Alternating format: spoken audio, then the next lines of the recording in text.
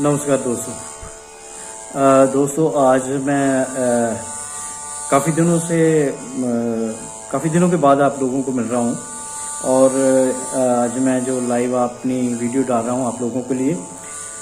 इससे पहले मैंने एक सीरीज शुरू की थी कि अपने आप हारमोनियम कैसे सीखें, तो वो मैंने अभी कुछ दिन पहले उसको कंप्लीट किया। सो आज जिस एपिसोड के आज जिस विषय पे मैं बात करूंगा, ये बिल्कुल एक साधारण सा विषय है, नॉर्मल विषय है, लेकिन है बहुत इम्पोर्टेंट। बहुत काम की बातें हैं इसमें मैं बताऊंगा आप लोगों को। और ये हर संगीत सीखने वाले के लिए ये जो मैं बताने वाला हूँ, ये कड़े नियम है। अगर संगीत सीखने वाला विद्यार्थी इसको अपनाएगा तो डेफिनेटली उसको जो है उसकी जो मंजिल है वो जरूर मिलेगी और वो बहुत अच्छा गायक और एक संगीतकार बन सकता है। सो मैं ज़्यादा टाइम ना वेस्ट करते हुए आप लोगों को जो नए आए हैं उनको मैं बोल दूंगा कि वो मेरे चैनल को सब्सक्राइब करें और बेल आइकॉन भी प्रेस करें ताकि उनको लेटेस्ट जो नोटिफिकेशन है वो मिलती रहे। सो आज दोस्तों मैं जो बातें बताने लगा उनमें सबसे पहली बात ये है कि जो भी विद्यार्थी संगीत क्षेत्र में आता है वो अपनी इच्छा से आता है। उसके मन में इच्छा होती है कि मैं संगीत फील्ड में जाऊं, चाहे वो गायक है, वादक है या डांसर है, कोई भी है। संगीत ये तीनों चीज़ों का मेल है। नाचने, गाने और बजाने की कला को संगीत कहते हैं, ये सबको पता है। और जो इस फील्ड में आता है उसके लिए सबसे बड़ी ये होता है कि उसके मन में एक तीव्र इच्छा होनी चाहिए, है ना। और उसको ये भी ध्यान में रखना चाहिए कि ये बहुत ईजी काम नहीं है, ये बहुत बड़ी तपस्या है। संगीत जो है एक बहुत बड़ी तपस्या है। मैं तो कई बार स्टूडेंट्स को बताता हूँ कॉलेज में कि बेटा ये जो संगीत है ना, ये बहुत बड़ी तपस्या है। इसको हम किसी एक दायरे में बांध दें तो वो ठीक नहीं होता। जैसे आप लोगों को इन बातों का शायद कम ही पता हो, मैं बता देता हूँ कि जो हमारे जो जितने भी क्लासिकल में राग हैं या रागनियाँ हैं जो हम लोग गाते हैं, उनका एक पर्टिकुलर समय होता है और वो समय के अनुसार जो रात का राग है गाने वाला है वो रात को गाते हैं, जो दिन का गाने वाला है, जो सुबह का गाने वाला, वो अलग अलग टाइम होते हैं। और ये मैं बताऊंगा आपको कि ये जो संगीत विद्या है ये पुराने ज़माने में जो जैसा हमने ग्रंथों में पढ़ा है कि ये गुरु शिष्य प्रणाली की से ही सीखा जा सकता है, ठीक है ना। बहुत से मैं देखता हूँ स्टूडेंट्स ऐसे होते हैं जो कहते हैं मैं किसी से सीखा नहीं, जी ऐसे ही गा रहा हूँ। मैं नहीं ये मानता कि ये बात सही होती है, सीखना पड़ता है। और आजकल तो मीडिया इतना है कि बहुत लोग सिखाते हैं, बहुत लोग बैठे हुए हैं यूट्यूब पे भी, और म्यूज़िक सिखाने वाले बहुत बैठे हैं। बहुत कम एक्सपीरियंस वाले भी हैं, बहुत ज़्यादा एक्सपीरियंस वाले हैं, बहुत लोग अच्छा सिखाते हैं, अपना अपना तरीका है सिखाने का। लेकिन मैं ये बता रहा था कि जो संगीत है ये वो जो होता है सिलेबस में नहीं होना चाहिए, ये खुला होता है और खुला होना चाहिए। क्योंकि संगीत जो है, पहली बात नंबर 1 जो मैं बता रहा था कि तीव्र इच्छा होना चाहिए, एक मन में इच्छा होनी चाहिए। दूसरा, अकेले आपके मन में इच्छा है कि मैंने संगीतकार बनना या संगीत सीखना या गायक बनना है, उससे भी काम नहीं चलेगा। क्योंकि एक इच्छा होना ही काफ़ी नहीं है, उससे ज़्यादा जो है वो मेहनत करनी पड़ेगी। मेहनत जब आप करोगे तभी आप कामयाब होगे। और मेहनत जो है, जैसे मैं एपिसोड डालते जा रहा हूँ, मैंने वॉल्यूम 1 से शुरू किया था, उसके बाद मैं डालता गया। वो मैंने बिल्कुल एक लेमैन की तरह सिखाना शुरू किया है। जैसे बिल्कुल किसी को ABC भी नहीं पता, उस ढंग से मैंने सिखाना शुरू किया है। जो लोग मुझे प्रॉपर फॉलो कर रहे हैं, जो मुझे प्रॉपर देख रहे हैं, मेरे जो एपिसोड देख रहे हैं प्रॉपर, उनको डेफिनेटली उनका इस चीज़ का फ़ायदा मिल रहा होगा। सो ये एक तो तीव्र इच्छा होनी चाहिए। दूसरा, मेहनत और लगन जो है, लगन इसमें बहुत ज़रूरी है। आप बिन नागे बिल्कुल कंटिन्यूसली रेगुलरली जो है प्रैक्टिस करेंगे। प्रैक्टिस रेगुलरली का मतलब ये होता है कि पर्टिकुलर उसका कोई टाइम नहीं होता कि सुबह ही करनी है, शाम को करनी है, दोपहर को करनी है। भाई प्रैक्टिस के लिए आपको भूख लगनी चाहिए। जैसे आपको खाने के लिए भूख लगती है कि मैं भूख लगी है खाना खा लूँ, इसी तरह आपको संगीत की भूख लगनी चाहिए। ये कड़े नियमों से एक नियम है कि आपको संगीत की भूख लगनी चाहिए, तभी आप प्रैक्टिस करोगे। और जब भाई साहब आपको बता दूं, जब आपको भूख लगती है तो आपको खाली अचार के साथ भी रोटी दे दो ना, तो वो उसका भी पूरा आनंद आएगा। इसी तरह से जब आपको भूख लगती है कि मैंने संगीत सीखना है या प्रैक्टिस करनी है, तभी आप उसकी प्रैक्टिस कीजिए, तभी आप उसका अपना जो है रियाज कीजिए। और जैसे पढ़ने के लिए बुक्स जरूरी हैं, किताबें जरूरी हैं, वैसे ही गायकी के लिए, संगीत के लिए सबसे पहले हारमोनियम जो होना बहुत लाजमी है और आपके पास हारमोनियम भी होना चाहिए। पहली बात ये हुई कि आप में इच्छा होनी चाहिए। दूसरी बात कि आपको संगीत की भूख लगनी चाहिए। तीसरी बात कि आपके पास हारमोनियम होना चाहिए। और नेक्स्ट जो है वो ये है कि जो हारमोनियम है आपका, वो उसको बड़े रिस्पेक्टफुली आपने रखना है। ये नहीं कि कहीं इधर खुला पड़ा है, कभी उधर खुला पड़ा है, ऐसा नहीं होना चाहिए। एक प्रॉपर जगह रखो हारमोनियम को। अगर आप लेट रहे हैं, आप रियाज करते हैं, आपके पास ज़्यादा प्रॉपर जगह नहीं है, आप बेड के ऊपर बैठ के रियाज कर रहे हैं, कोई बुराई नहीं है इसमें, रियाज कहीं भी किया जा सकता है।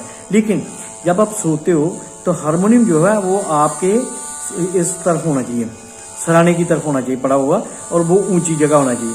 अगर वो भी प्रॉब्लम ही है कि आपका वो स्पेस नहीं है या कुछ आप नहीं कर पा रहे, तो आप अपने पैरों की तरफ हारमोनियम कभी मत रखिए। अगर मजबूरी में रखना पड़ता तो अपनी जो आप लेटे हो या बैठते हो उससे कोई ऊंची जगह होना चाहिए, वहां आपका हारमोनियम होना चाहिए। और हारमोनियम को प्रॉपर आप साफ करके ढक के रखिए, ठीक है। खुले में मत छोड़िए, खुला कभी लेके भी नहीं जाना किसी को, ऐसे किसी को देना भी नहीं बजाने के लिए भी लो बजाओ, ऐसा नहीं होता। आप उसको हारमोनियम को बड़े रिस्पेक्टफुली आपने साफ करके रखा हुआ है, रिस्पेक्टफुली उसका कपड़ा उतारिए आप, फिर उसको आप जैसे भी आपको ठीक लगे, है ना, नमस्कार कीजिए। उसके बाद हारमोनियम को हटाइए, फिर आप बजाना शुरू कीजिए, फिर प्रैक्टिस कीजिए। ये भी एक बहुत कड़ा नियम होना चाहिए। और इसके आगे मैं बता रहा हूँ, खाने पीने का मैंने एक पूरा एपिसोड भी डाला था, अभी खाने पीने का क्या ध्यान रखना चाहिए। देखो बातें बहुत हैं, मैं अगर पूरी बातें कर लगे तो 1 घंटा चलता रहेगा, तो ये मुश्किल हो जाएगा। खाने पीने में आपको बताऊं कि आप जो मर्जी खाओ, जो आपका मन में आता है वो खाओ, लेकिन गर्म के साथ ठंडा और ठंडे के साथ गर्म कभी नहीं लेना चाहिए। ये मैं अपने बच्चों को, जितने मेरे संगीत वाले स्टूडेंट्स हैं, मैं सबको फर्स्ट नियम ये बताता हूँ कि खाने के साथ आप गर्म और ठंडा ये मत खाइए। और गायकी में क्या क्या खाना चाहिए, क्या नहीं खाना चाहिए, वो उसका मैंने अलग से एपिसोड डाला है। ये भी एक नियम है इसमें कि आप, हाँ, उसके बाद गले का प्रॉपर ध्यान रखिए, प्रैक्टिस कीजिए। और प्रैक्टिस जो है मैंने जैसे बताया है कि मंदर सप्तक में आप सुबह रियाज कीजिए, फिर तार सप्तक के ऊपर जाइए, मध्य सप्तक के ऊपर जाइए, ऐसे तीनों सप्तकों के ऊपर गला घुमाइए। ये भी एक इसका नियम है। उसके बाद जब आप प्रैक्टिस करने बैठते हो, तो जब आपका मन कर रहा होता है कि मैं और प्रैक्टिस करूं, तो जी भर के प्रैक्टिस कीजिए। होता क्या है, जब आप थोड़ा प्रैक्टिस करते हो तो गला शुरू में क्या होता है कि आपका गला प्रॉपर चलता नहीं है, गर्म नहीं हो रहा होता पूरा ना। तो जैसे जैसे आप प्रैक्टिस करते हो तो गला जो है गर्म होता है, गला खुल जाता है आपका। फिर उसके बाद प्रैक्टिस करने का मजा ही कुछ और होता है, ठीक है। फिर मैं सोच रहा हूँ कि आवाज को कैसे ऊंचा गाया जाए, ज्यादा ऊंची आवाज कैसे निकाली जा सकती है। और ऊंची निकालने का मतलब ये नहीं कि चिल्लाना है, मतलब ऊंचे वाले जो ऊपर वाले स्वर हैं वो कैसे लगाए जाते हैं, वो मैं उसके लिए अलग से एपिसोड डालने वाला हूँ। लेकिन ये भी एक नियम है कि ज्यादा चिल्लाना भी नहीं है और ज्यादा इतना धीमे से भी नहीं बोलना कि किसी को सुनाई न दे। हाँ, जब आप लोग प्रैक्टिस करते हैं, रियाज करते हैं, तो गला आपका मंदर सप्तक में जाता है, बहुत आवाज कम हो जाती है, क्योंकि वोकल जो है वो छोटा हो जाता है और आवाज बहुत कम निकलती है, ठीक है। तो प्रैक्टिस आप तीनों सप्तकों में कीजिए, ये भी एक इसका नियम है। और इसके बाद प्रैक्टिस जो है वो आप जब करते हो ना, तो बीच में कुछ भी आपको खाना पीना नहीं है ना। बीच में आप प्रैक्टिस की है, अभी आपने अभी जाओगे गाते गाते बीच में निकल के ठंडा पानी पी लिया, वो भी गलत बात है, बिल्कुल नहीं पीना। जब आपका गला, देखिए जब शुरुआत में प्रैक्टिस करोगे, मैं आपको ये बहुत इंपॉर्टेंट नियम है कि जब आप शुरू में प्रैक्टिस करोगे ना, तो आपका ये जो गला है ना नीचे, यहाँ आपकी पेन होगी, यहाँ दर्द होगी, यहाँ खिंचाव पड़ता है। जब आप जोर लगाते हो तो खिंचाव पड़ता है। तो इसका हमारे गुरुजी कहते थे, बेटा इसमें क्या है कि जो बच्चे जो दूध नहीं, चाय नहीं पीते हैं, वैसे तो क्या होता है कि चाय में आप थोड़ा सा गाय का जो शुद्ध घी होता है, देसी घी जो होता है, वो थोड़ा सा चाय में डाल लो, पी लो, फिर उसके बाद रियाज शुरू करो। या फिर जब आप रियाज कर लेते हो तो उसके बाद यहाँ आप ना थोड़ी देर के लिए मसाज कीजिए, उसके साथ गाय का जो देसी घी होता है उससे मसाज कीजिए। तो ये आपकी जो है ना, ये इनमें तरावट आएगी, ये मतलब ठीक हो जाएगी, जो नर्व्स आपकी खींची रहती है यहाँ, ठीक है, तो उससे भी ठीक हो जाएगा। घबराने वाली बात नहीं है। तो ये भी इसका नियम है कि प्रैक्टिस जब आप करते हो तो कुछ लोग घबरा जाते हैं, सर ये कैसे हो गए, मेरी तो बड़ी पेन हो रही है, मैं गा नहीं रहा। अच्छा, इसके बाद एक और भी है कि कई बार ज़्यादा ऊंचा गाने से ये आपका गला बैठ जाता है, गला आवाज़ नहीं निकलती। देखो थोड़ी टाइम के लिए होता है, ऐसा कोई बात नहीं है। जब आप गाते रहो प्रैक्टिस करते हो तो गला जब बैठ जाता है ना, उसके बाद आवाज़ नहीं लगती। जब आप प्रैक्टिस 2-3 दिन लगातार प्रैक्टिस करोगे तो गला आपका बिल्कुल खुल जाएगा। उसमें कहीं भी कोई घबराने वाली बात नहीं। मैं ये एपिसोड आज इसलिए स्पेशल बना रहा हूँ कि बहुत से स्टूडेंट्स के मुझे अलग अलग तरह से क्वेश्चन पूछते हैं, तो मैं उनका जवाब इसी एपिसोड में देने की कोशिश कर रहा हूँ। बहुत से स्टूडेंट कहते हैं सर ऐसे हो जाता है। अच्छा एक बात और कि सर मैं बहुत प्रैक्टिस करता हूँ लेकिन बात नहीं बन रही। बात इसलिए नहीं बन रही कि भाई साहब एक तो रेगुलरिटी नहीं है आपकी। रेगुलरिटी मतलब कि एक दिन आपने 1 घंटा प्रैक्टिस कर ली, दूसरे दिन आप 5 मिनट नहीं बैठे, है ना। मतलब ये नहीं होता कि आप वीक में देखिए डेली बैठना चाहिए मेरे ख्याल से। डेली आप सपोज 1 घंटा बैठते हो रूटीन में, तो एक किसी दिन बहुत जरूरी हो गया तो आधा घंटा कम से कम जरूर बैठ लीजिए, ठीक है। अगर बाकी जितना ज्यादा बैठ सकते हो, कुछ लोग जो है 2 घंटे सुबह करते हैं, 2 घंटे शाम को करते हैं, जिनके पास टाइम खुला होता है, कोई बात नहीं। लेकिन अगर कोई नया है 1 घंटा प्रैक्टिस करता है तो उसको कम से कम रोज 1 घंटा करनी चाहिए। और रेगुलरिटी जो है, पंक्चुअलिटी जो है, इसमें बहुत जरूरी है ना। ये मैं आपको बता दूं कि पंक्चुअलिटी बहुत जरूरी है, तभी आप किसी मंजिल पे पहुंच सकोगे। और बहुत से स्टूडेंट्स ये पूछते हैं कि गुरुजी इसमें जब आप कोई तेल वाली चीज खा लें तो उससे बड़ी प्रॉब्लम होती है, खांसी वगैरह होती है। ऐसा होता है, लेकिन मैं कहता हूँ कुछ भी खाओ। मैंने पहले भी बोल रहा था, बीच में मैं कहीं और चला गया।